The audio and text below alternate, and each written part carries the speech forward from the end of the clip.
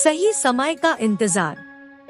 दोस्तों, स्वागत है आपका किस्से कहानियों की इस रोचक दुनिया में। यहाँ पर आपको मोटिवेशनल स्टोरीज के साथ मोरल स्टोरीज से मिलने वाले ज्ञान से रूबरू करवाया जाता है।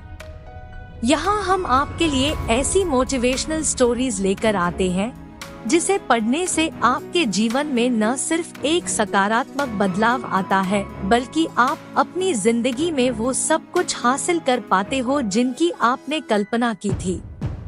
यहाँ हम आपके लिए मोरल स्टोरीज भी लेकर आते हैं। हर कहानी में एक सीख जरूर छुपी होती है जिनसे आपको बहुत कुछ सीखने को मिलता है, जो आपकी जिंदगी में बहुत काम आती है। दोस्तों, ऐसी ही हजारों शिक्षाप्रद, लोकप्रिय और रोचक कहानियों का सफर हम आप तक लेकर आए हैं, जिन्हें लोगों ने बचपन में अपने दादा दादी या नाना नानी से सुनी होती है या फिर टीवी में देखी होती है। लेकिन यहाँ पर आपको ऐसी बहुत सी शिक्षाप्रद, लोकप्रिय और रोचक कहानियाँ मिलेंगी जिसे शायद ही आपने कहीं सुनी होंगी। तो पढ़ते रहिए ऐसी कहानियाँ और सीखते रहिए एक नई सीख। साथ में ऐसी शिक्षाप्रद कहानियाँ अपने दोस्तों को भी शेयर करते रहिए। तो चलिए शुरू करते हैं गौतम बुद्धा मोरल स्टोरी, सही समय का इंतजार। एक बार की बात है, गौतम बुद्ध अपने शिष्यों के साथ एक गांव से दूर किसी बड़े नगर की तरफ जा रहे थे।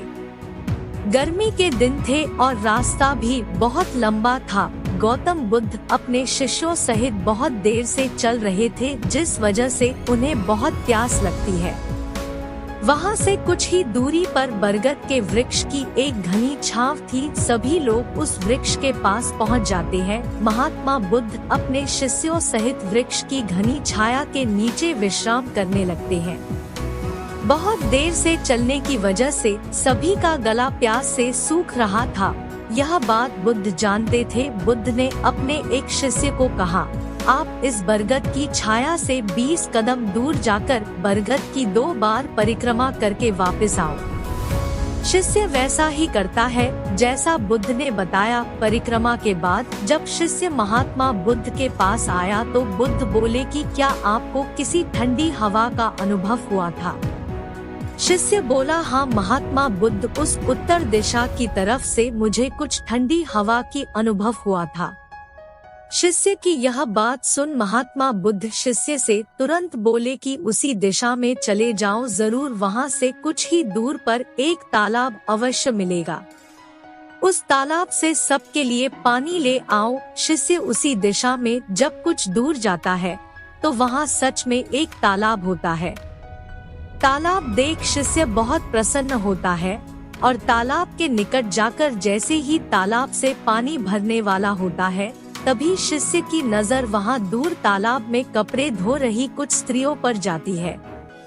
यह देख शिष्य मन में सोचते हैं कि यह पानी तो गंदा हो गया है।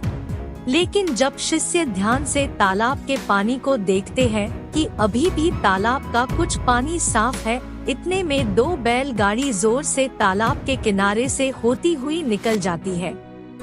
बैलगाड़ी के पहिए तालाब की मिट्टी के ऊपर इतनी जोर से निकलते हैं कि तालाब के नीचे बैठी बहुत सारी मिट्टी तालाब के ऊपर आ जाती है, जिस वजह से तालाब का बचा हुआ पानी भी गंदा हो जाता है। यह देख शिष्य बिना पानी लिए क्रोध में महात्मा बुद्ध के पास वापस चला जाता है। शिष्य बड़े ही निराशा भाव से महात्मा बुद्ध को सब बात बताता है। शिष्य की बातें सुन सभी शिष्य बोलते हैं कि हमें तुरंत यहाँ से निकलना चाहिए, किसी दूसरी जगह पानी की खोज करनी चाहिए, वरना प्यास के मारे जान निकाल जाएगी। इधर महात्मा बुद्ध सभी को शांत होने के लिए कहते हैं और बोलते हैं कि धीरज रखो, कुछ देर यही बैठो, उचित समय आने तक संयम बनाए रखो।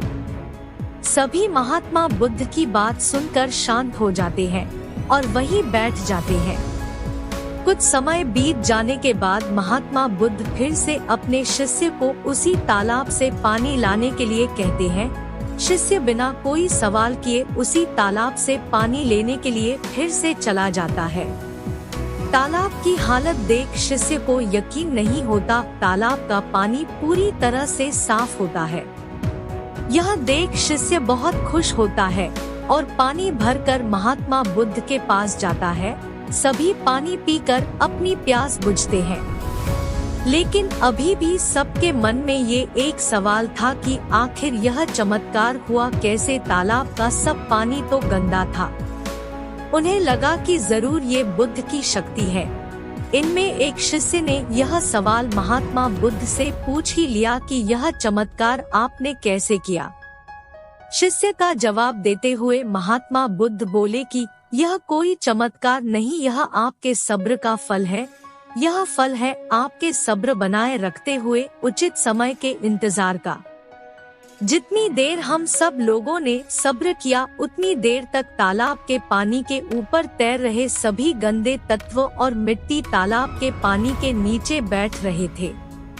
फिर कुछ देर बाद शिष्य जब वहां तालाब के पास पहुंचा, तब तक सब दूषित कण नीचे बैठ चुके थे, जिस वजह से तालाब का पानी पहले की तरह साफ हो चुका था तथा तालाब साफ दिखाई दे रहा था।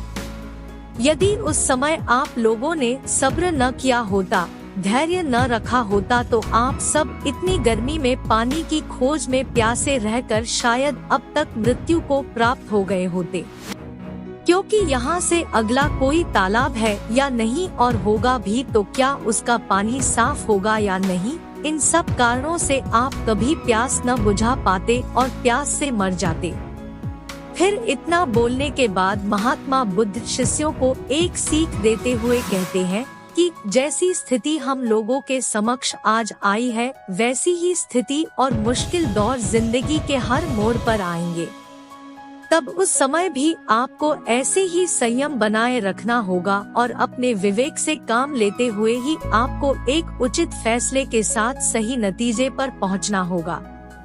हर मुश्किल दौर में सब्र रखते हुए ऐसे ही शांत मन से ही कोई फैसला लेना चाहिए जिसका आपके और दूसरों के लिए अच्छा हो। क्योंकि ऐसी स्थितियों में लोग अक्सर गुस्से में आकर अपना सब्र खो देते हैं और गुस्से तथा जल्दबाजी में गलत काम और फैसला कर बैठते हैं, जिसका बुरा परिणाम उनको भविष्य में देखने को मिलता है, जिसमें खुद का नुकसान अधिक होता है।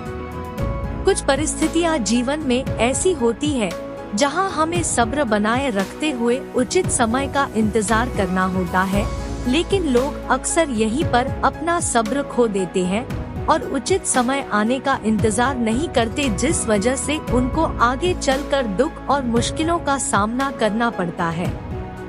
हमरे द्वारा लिया गया आज का फैसला हमरे आने वाले कल की खुशी और दुख को निश्चित करता है। बुद्धा स्टोरी से हमें अपने जीवन में बहुत कुछ सीखने को मिलता है। हमें अपने जीवन की उन अनमोल बातों और ज्ञान का बोध होता है जो हमें हमारे जीवन में बहुत काम आती है।